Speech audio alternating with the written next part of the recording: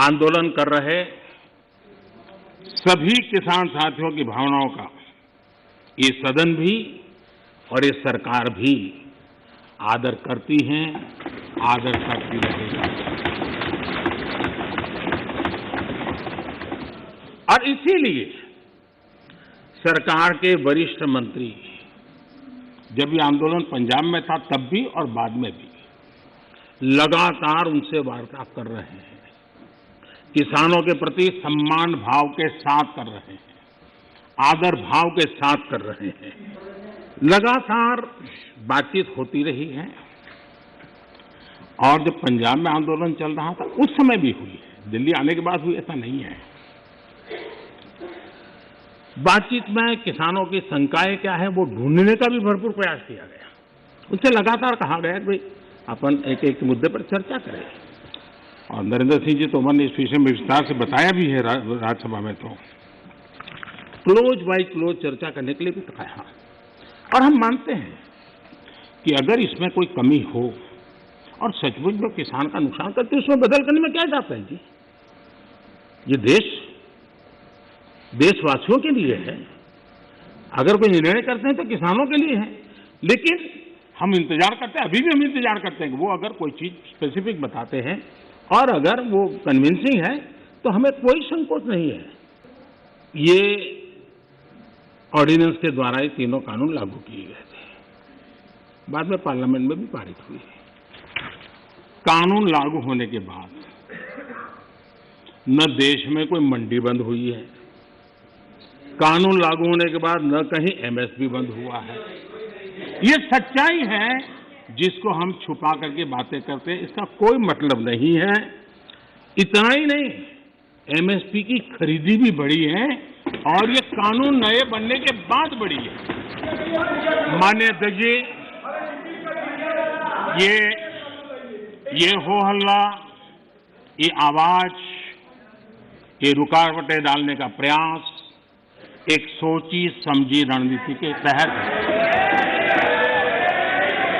और सोची समझी रणनीति ये है कि जो झूठ फैलाया है, जो अफवाहें फैलाई हैं, उसका पर्दाफाश हो जाएगा, सत्य वहां पहुंच जाएगा तो उनका टिकना भारी हो जाएगा। और इसलिए हो हल्ला करते रहो, जैसा बाहर करते हैं वैसा अंदर भी करते रहो, यही खेल चलता रहा है। लेकिन इससे कभी भी आप लोगों का विश्वास नहीं जीत पाओगे, मान के चलो। माननीय अध्यक्ष जी, ऑर्डिनेंस के बाद और पार्लियामेंट में कानून बनने के बाद किसी भी किसान से मैं पूछना चाहता हूं कि पहले जो हक उनके पास थे, जो व्यवस्थाएं उनके पास थी, उसमें से कुछ भी इस नए कानून ने छीन लिया है क्या? इसकी चर्चा, उसका जवाब कोई देता नहीं है। सब कुछ वैसा का वैसा वो है पुराना। क्या हुआ है? एक अतिरिक्त विकल्प व्यवस्था मिली है, वो भी क्या कंपलसरी है? किसी कानून का विरोध तो तब मायना रखता है कि जब वो कंपलसरी हो। ये तो ऑप्शनल है। आपको मर्जी पड़े यहां जाना है जाइए, आपको मर्जी पड़े वहां नहीं जाना है वहां जाइए, जहां ज्यादा फायदा हो वहां किसान चला जाए, ये व्यवस्था की गई है। और इसलिए प्लीज अधीर रंजन जी, अब ज्यादा हो रहा है। अधीर रंजन जी प्लीज, अब ज्यादा हो रहा है, अब ज्यादा हो रहा है। मैं आपका रिस्पेक्ट करने वाला इंसान हूं और मैंने पहले कह दिया, आपने जितना किया जहां रजिस्टर होना हो गया। और बंगाल में भी टीएमसी से ज्यादा पब्लिसिटी आपको मिल जाएगी। बाबा क्यों इतना? हाँ दादा, देखो मैं बता दिया, चिंता मत करो, मैंने बता दिया।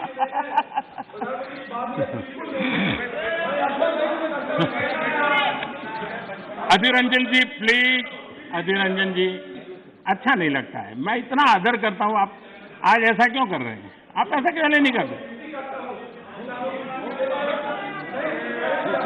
अरे भाई, हद से ज्यादा क्यों कर रहे हैं आप?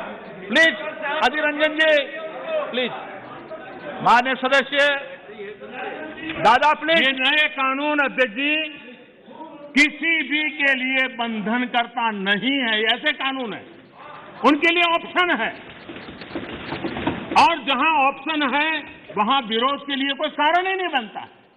हाँ, ऐसा कोई कानून जो ऐसे थोप दिया हो उसके लिए विरोध का कारण बनता है। और इसलिए मैं कहता हूं लोगों को, और मैं देख रहा हूं आंदोलन का एक नया तरीका है। क्या तरीका है? आंदोलनकारी जो होते हैं वो ऐसे तरीके नहीं अपनाते। आंदोलनजीवी होते हैं वो ऐसे तरीके अपनाते हैं और वो कहते हैं ऐसा हुआ तो ऐसा होगा, ऐसा होगा तो ऐसा होगा, ऐसा होगा तो ऐसा होगा। अरे भाई, जो कुछ हुआ ही नहीं, जो होना नहीं है, उसका भय पैदा कर करके, और पिछले कई सालों से लगातार सुप्रीम कोर्ट का एक जजमेंट आ जाए, कोई निर्णय नहीं हुआ है और एकदम से तूफान खड़ा कर दिया जाए, आग लगा दी जाए देश में। ये जो तौर तरीके हैं, उन तौर तरीके जो भी लोकतंत्र में विश्वास करते हैं, जो भी अहिंसा में विश्वास करते हैं, उन सबके लिए चिंता का विषय होना चाहिए। ये सरकार की चिंता का नहीं, देश की चिंता का विषय होना चाहिए।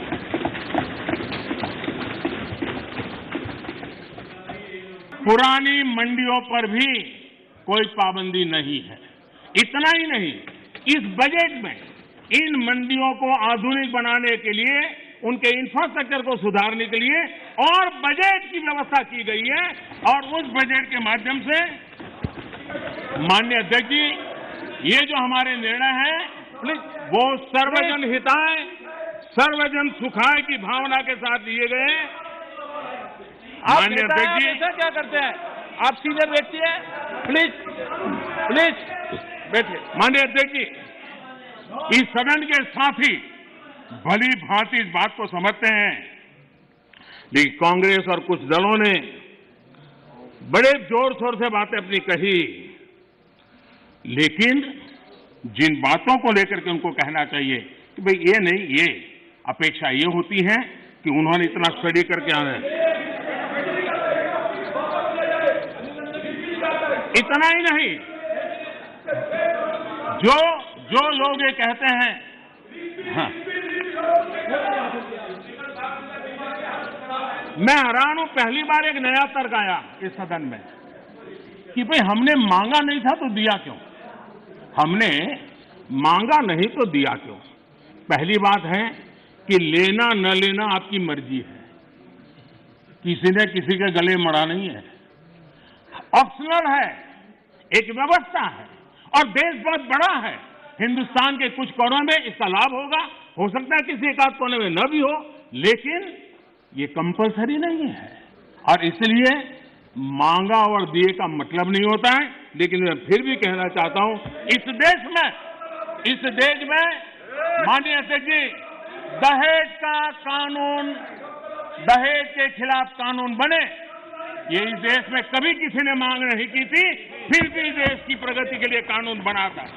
माननीय अध्यक्ष जी, ट्रिपल तलाक, इसके खिलाफ कानून बने, ये किसी ने मांग नहीं की थी, लेकिन प्रगतिशील समाज के लिए आवश्यक है, इसलिए कानून हमने बनाए हैं। हमारे यहाँ बाल विवाह पर रोक, किसी ने मांग नहीं की थी कानून बनाओ, फिर भी कानून बने थे, क्योंकि प्रगतिशील समाज के लिए आवश्यक होता है।